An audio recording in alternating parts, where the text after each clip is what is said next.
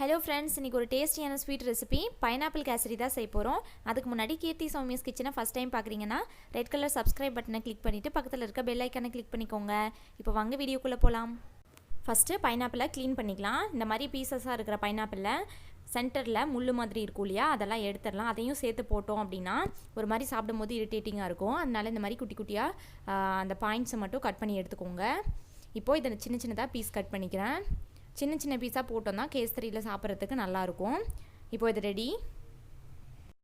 கேசரியில் சேர்க்குறதுக்கு first அன்னாசி பழத்தை வேக வச்சுக்கலாம். நான் இந்த கப்பில் 1 கப் அன்னாசி பழம் நல்லா க்ளீன் பண்ணிவிட்டு குட்டி குட்டியாக கட் பண்ணி சேர்த்துருக்கேன்.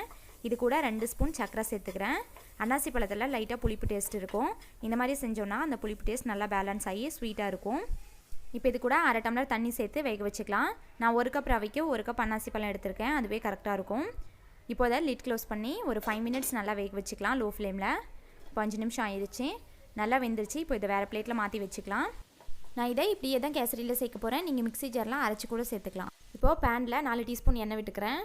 இது கூட 1 டீஸ்பூன் நெய்யும் சேர்த்துக்கலாம். நீங்கள் ஃபுல்லாக நெய்யில் கூட வறுத்துக்கலாம்.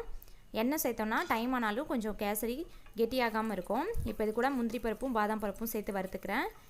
இது பாதி வறுபட்ட உடனே இதில் திராட்சை சேர்த்துக்கலாம். திராட்சை நல்லா உப்பி வந்தோடனே இதை வேறு பிளேட்டில் மாற்றி வச்சுக்கலாம். இப்போது நான் இன்னொரு பாத்திரத்தில் தண்ணி வச்சுக்கிறேன். 1 கப் ரவைக்கு 3 கப் தண்ணி கொதிக்க வச்சுக்கலாம்.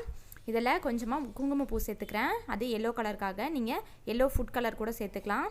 இப்போ இதை பக்கத்து ஸ்டவ்வில் மாற்றி வச்சிடறேன். இது கொதிக்கட்டும். இப்போது அதே பேன் வச்சுக்கிறேன். இதில் 1 கப் ரவை எடுத்து வறுத்துக்கலாம். நீங்கள் இது கூட எக்ஸ்ட்ரா நெய் சேர்த்தும் வறுத்துக்கலாம், நல்லாயிருக்கும். ரவையை நெய்யில் வறுத்து செஞ்சோம் அப்படின்னா கேசரி நல்லா வாசமாக டேஸ்ட்டாகவும் இருக்கும். இப்போ இது 2 நிமிஷம் நல்லா வறுத்துட்டேன்.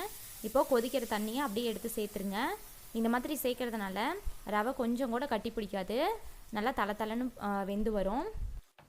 இப்படி வறுத்த ரவையில் உடனே வந்துட்டு கொதிக்கிற தண்ணி சேர்த்தோம் அப்படின்னா நல்லா சாஃப்டாக சீக்கிரமாக வெந்து போயிடும். இப்போ இதை லிட் க்ளோஸ் பண்ணி ஒரு 5 நிமிஷம் சிம்மில் வச்சு வேக வச்சுக்கிறேன். இப்போ ஓப்பன் பண்ணிக்கலாம். இந்த அளவுக்கு நல்லா ரவை வெந்துடுச்சு. ரவை நல்லா வெந்ததுக்கப்புறம் தான் சர்க்கரை சேர்க்கணும். முன்னாடியே சேர்த்தோன்னா ரவை சுத்தமாக வேகாது.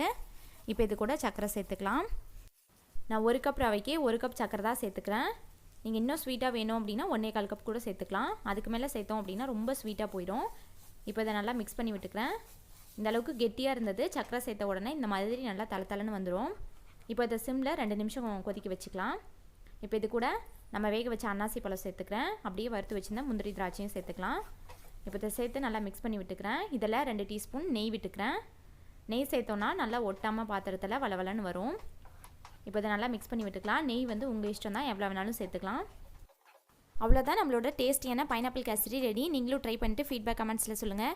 இந்த வீடியோ பிடிச்சிருந்துச்சுன்னா லைக் பண்ணுங்கள், ஷேர் பண்ணுங்கள். கீர்த்தி சௌமியாஸ் கிச்சனை சப்ஸ்கிரைப் பண்ணுங்கள். தேங்க்ஸ் ஃபார் வாட்சிங்.